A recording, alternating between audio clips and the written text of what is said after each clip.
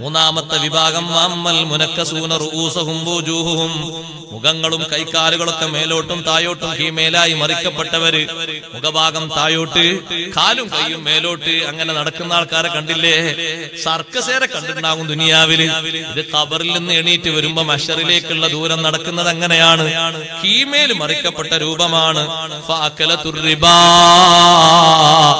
പലിശത്തീനികളാ.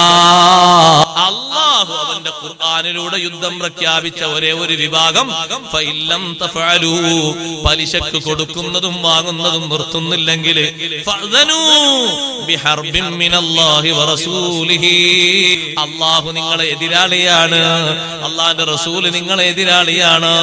എന്താണ് ആ പറഞ്ഞതിന്റെ താല്പര്യം? അല്ലാഹും റസൂലും എതിർത്തിട്ടും ഞാനിവിടെ ജീവിക്കുന്നുണ്ടല്ലോ എന്നൊക്കെ ചിന്തിക്കുന്നുണ്ടാകും.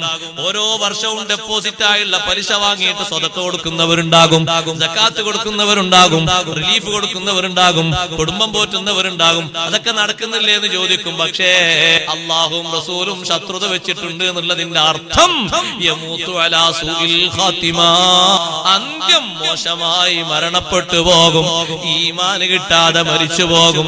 ആഖിറത്തിൽ വരുമ്പോ അന്തസ്സോടെ ഖബറിൽ നിന്ന് എഴുന്നേറ്റ് നടക്കാൻ പറ്റൂല. തല തായോട്ടാണ്, കയ്യും കാലും മേൽപോട്ടാ. ഉമ്മമാരെ, പലിശക്ക് നിങ്ങൾ സ്വർണ്ണാഭരണം കൊടുത്തു പോകരുത്, പണയം വെച്ച് പോകരുത്. ഇത്ര വലിയ ഇടങ്ങേറ് പിടിച്ച ഒരു സംഗതി വേറെ ഇല്ല.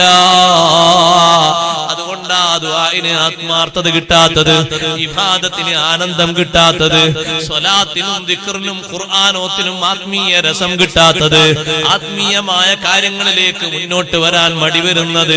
ഭക്ഷിക്കുന്ന ഭക്ഷണത്തിന്റെ ഉൽപാദനം, അതിന്റെ സമ്പാദ്യം, മിക്ക ആളുകളും പലിശയിൽ അടിമപ്പെട്ടുപോയി.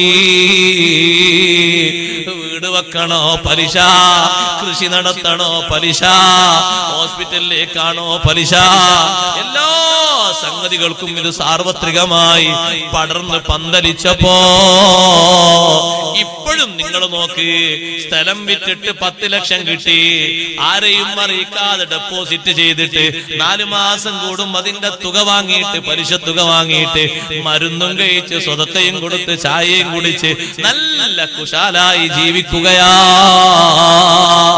അല്ലാഹു ആഖിറത്തിൽ വരുമ്പോ മാലോകര മുന്നിൽ കീമേല് മറിഞ്ഞ രൂപത്തിൽ നടക്കുമ്പോ